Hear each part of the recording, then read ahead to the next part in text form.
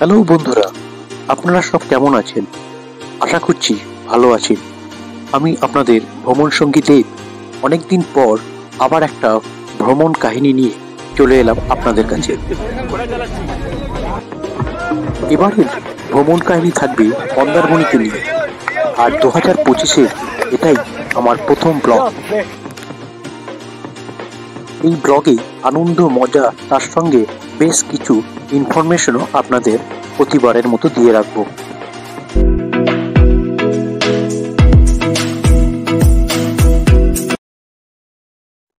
বন্ধুরা, এই মন্দারমণির ট্রিপটা ছিল অফিস মিট। প্রতি বছর কোথাও না কোথাও এই জানুয়ারি মাসে আমাদের অফিস মিট থাকে। এবছর ঠিক হয়েছিল মন্দারমণি। মোট 156 জন অফিস কলিগকে নিয়ে আমাদের টোটাল 4টি বাস এই মন্দারমণি ট্যুরের জন্য ফিক্সড করা হয়েছিল।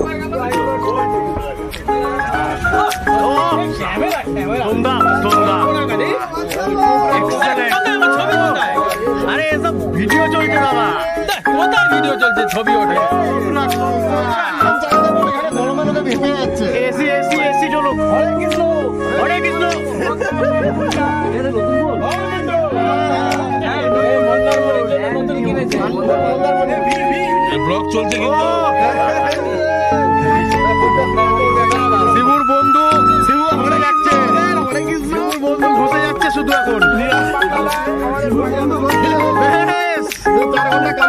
পার্টনার গুছিয়ে নিয়েছে, বি পজিটিভ আর হরে কৃষ্ণ অমর সিং শঙ্করের ঘুম। আমাদের এই অফিস মিট একটা বিশাল এনার্জি টনিক হিসেবে কাজ করে থাকে। সারা বছরের একটা কাজ করার এনার্জি যেন আবার নতুন করে তৈরি হয়ে যায়।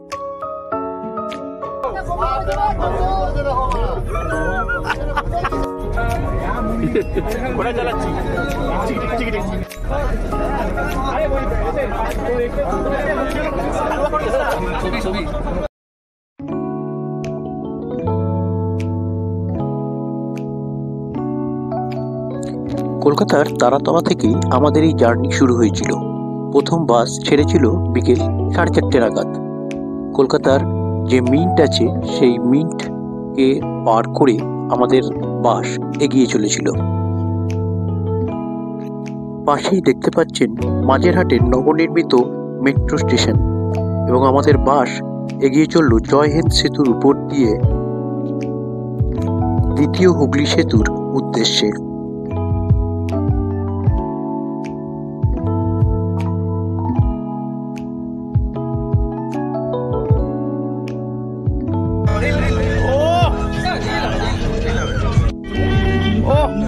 জয়ন্তদা আছে আজকে, জয়ন্তদার শেষ ম্যানুফ্যাকচারিং মিট আমাদের সঙ্গে।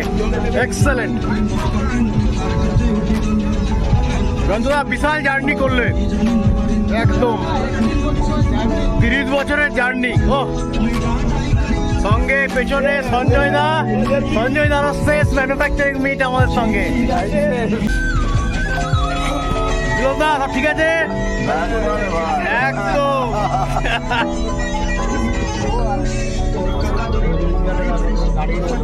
সেকেন্ড মিনিটে এটা তুলবো, সেই জন্য তো উঠলাম সামনে।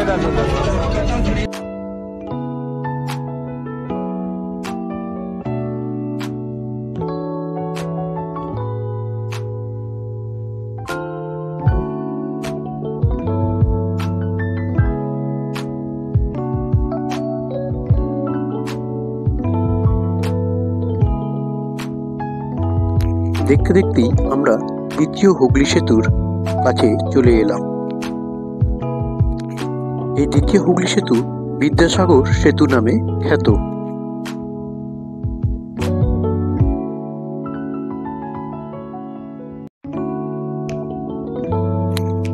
আমাদের টোটাল 4টে বাসের মধ্যে আমাদের বাসই প্রথম 4:30 নাগাদ ছেড়ে দিয়েছিল। এর পরের বাস 5:30টায় ছাড়বে এবং লাস্ট বাস রাত্রি 10টায় ছাড়বে। তো আমরা এই মন্দারমণিতে প্রথম প্রবেশ করব। সময়ের এই তারতম্যের জন্য প্রত্যেকটা গ্রুপেরই স্ন্যাক্স এবং ডিনারের কিছু সময়ের অদল বদল করতে হয়েছিল। আমাদের যেমন স্ন্যাক্সের টাইম ছিল সন্ধে 6টা থেকে 6:30টার মধ্যে কোলাঘাটে।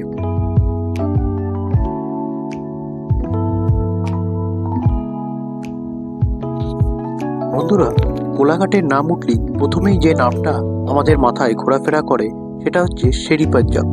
তো শেরি পাঞ্জাবের লাঞ্চ হোক বা ডিনার হোক বা স্ন্যাক্স বা ব্রেকফাস্ট সবকিছুই যেন আমাদের খুবই ভালো লাগে। কিন্তু আমরা একটু ব্যতিক্রমী হয়ে এবছর একটা নতুন জায়গায় আমরা স্ন্যাক্স করেছিলাম। জায়গাটির নাম হচ্ছে এক্সপ্রেস ফুড প্লাজা। এটা শেরি পাঞ্জাবের জাস্ট অপোজিটেই এটা আছে।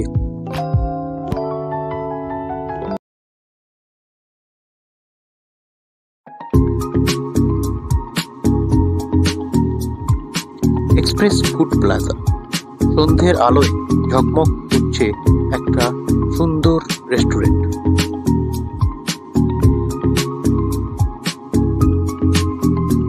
কার পার্কিং এরও যথেষ্ট জায়গা রয়েছে এখানে।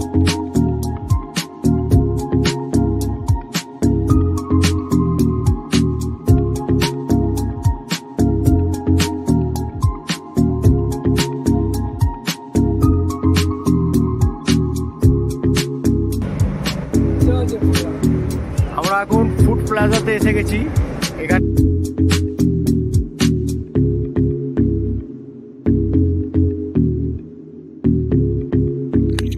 সুন্দর সাজানো গোছানো এবং অনেকটা স্পেশিয়াস এই রেস্টুরেন্ট।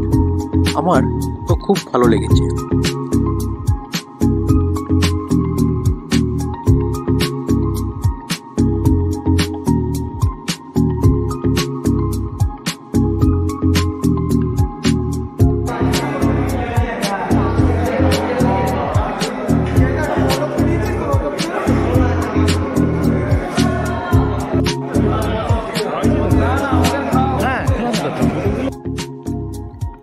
হাত ধুয়ে বসতে বসতেই গরম গরম স্ন্যাক্স এসে হাজির। পনির পকোড়া আর সঙ্গে গরম কফি। টেস্ট ভালোই ছিল। এরপরই সামান্য ফটো সেশন। আমাদের কলিগদের মধ্যে 4 থেকে 5 জনা হয়তো এটাই শেষ মিট একটা, কারণ এর পরের বছর ওনারা প্রত্যেকেই রিটায়ার হয়ে যাবে। তাই এই সময়গুলো সবকিছুই স্মৃতির আঙিনায় ক্যামেরা বন্দী হয়ে থাকে।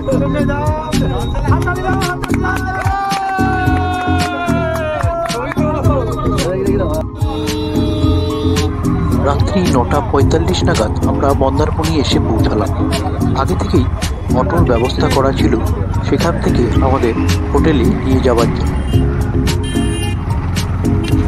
আমাদের হোটেলের নাম ছিল সিলভার স্যান্ড। একদম নবনির্মিত হোটেল, সমুদ্রের গায়ে লাগানো।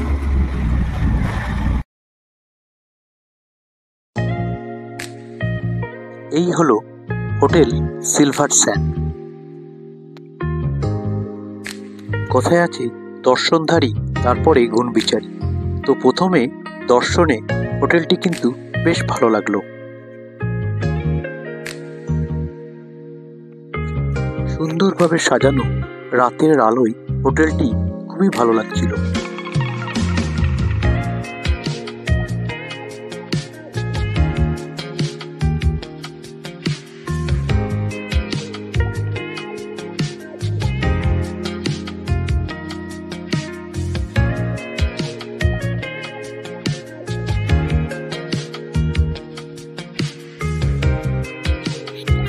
হোটেলটির ভেতরে একটা সুইমিং পুল এবং এই সুইমিং পুলকে ঘিরে বেশ কিছু কটেজ তৈরি করা হয়েছে এবং সৌভাগ্যক্রমে আমাদের সুইমিং পুলের পাশের কটেজেই আমাদের রুম বুক করা হয়েছিল।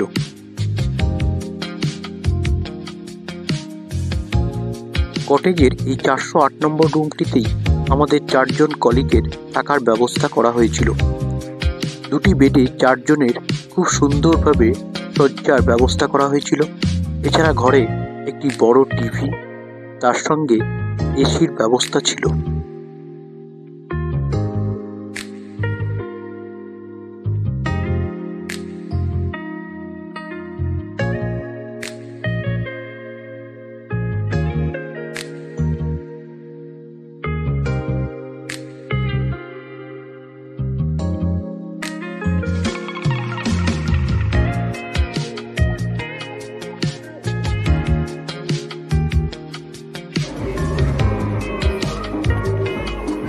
হোটেলের রুমগুলো যেভাবে সাজানো তার থেকে কিছুটা অংশেও কম যায় না বাথরুম। বাথরুমটিও খুব সুন্দর সাজানো গ্রানাইট টাইলস দিয়ে।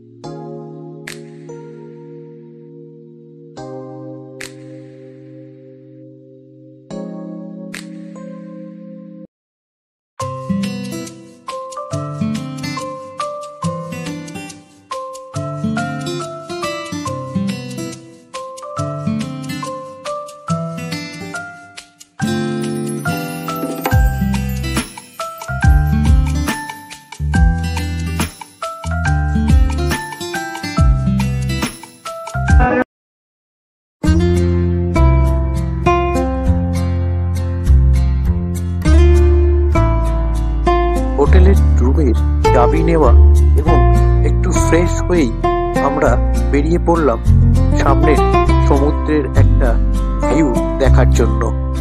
শরীরে হাজার ক্লান্তি থাকলেও সমুদ্রকে সামনে থেকে দেখতে কে না ভালোবাসে।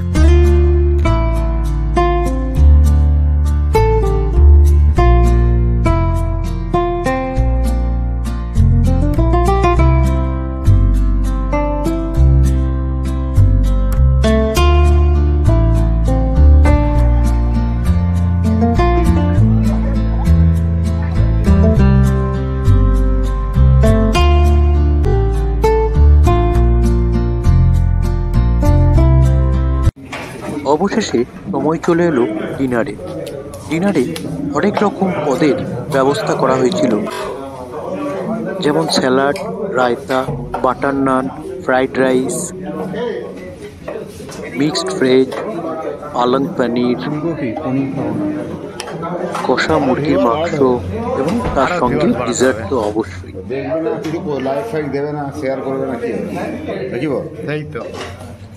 এইসব খাওয়ার পর রাত্রে সুন্দর একটা ঘুম। সকালবেলায় ঘুম থেকে উঠেই প্রথমে যেটা সব থেকে আগে মন চায় সেটা হচ্ছে সুবিশাল সমুদ্রকে দু চোখ ভরে দেখার।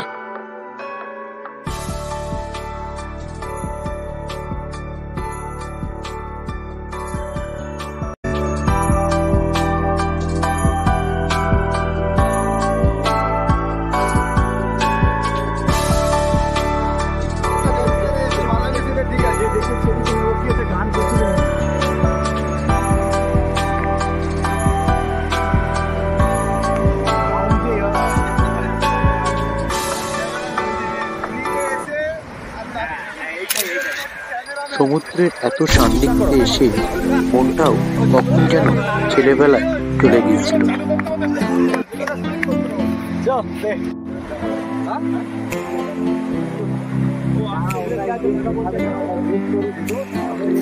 মন্দারমণির সমুদ্রের বীচ কিন্তু বেশ নিরিবিলি।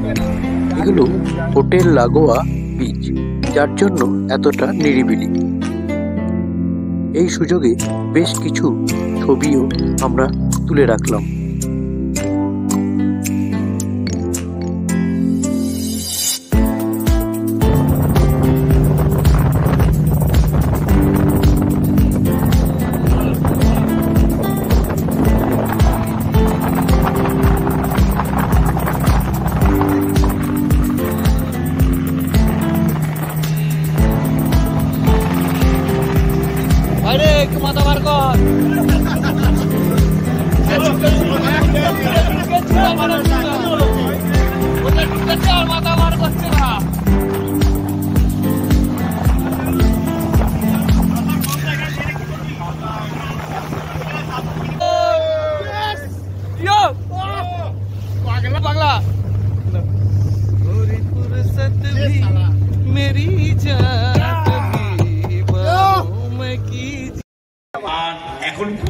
ব্রেকফাস্টের পর একটা গান এবং কুইজের অনুষ্ঠানের ব্যবস্থা করা হয়েছিল। আচ্ছা সবাই খেয়েছো তো? থাকিলে ডোবা খানা হবে কসুরি পানা, থাকিলে ডোবা খানা হবে কসুরি পানা, আগে হরিণে খানা একসাথে খাবে না, স্বভাব তো কখনো যাবে না, ও মরি স্বভাব তো কখনো যাবে না।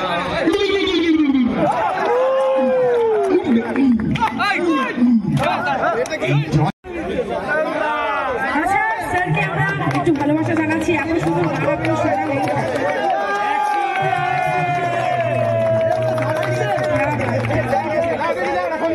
আচ্ছা আমি একটা কথা বলি,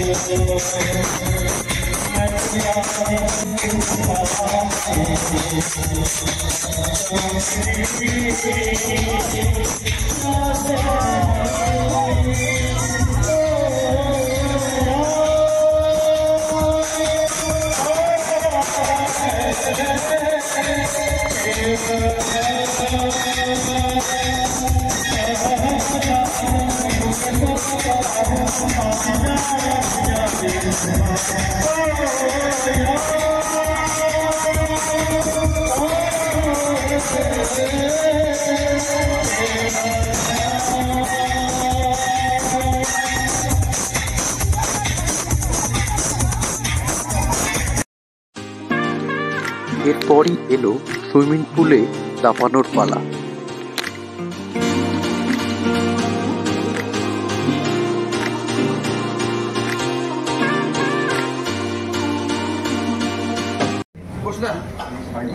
সুইমিং পুলে এতক্ষণ লাফালাফি করার পর খিদেও প্রচণ্ড জোরে পেয়ে গেছিল, তাই আর দেরি না করে সোজাই চলে গেলাম লাঞ্চের জন্য। লাঞ্চেও গিয়ে দেখি প্রচুর আইটেম, তার উপর আমার ফেভারিট চিংড়ি আর মটনের যদি আইটেম থাকে, ওহ পুরো ব্যাপারটাই যেন জমে ক্ষীর।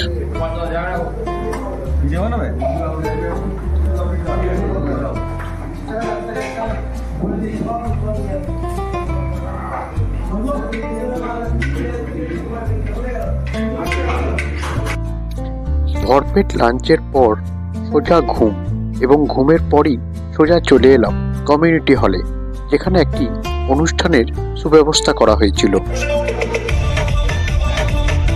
এখানেও এসে দেখি সন্ধ্যের স্ন্যাক্সে দারুণ দারুণ আইটেম ছিল। পনির পকোড়া ছিল, চিকেন পকোড়া ছিল, আলুর চিপস,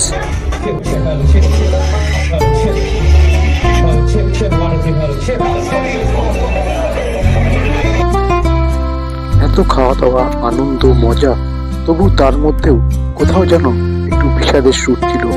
কিছু মানুষদেরকে হয়তো আগামী মিটে আর আমরা দেখতে পাবো না।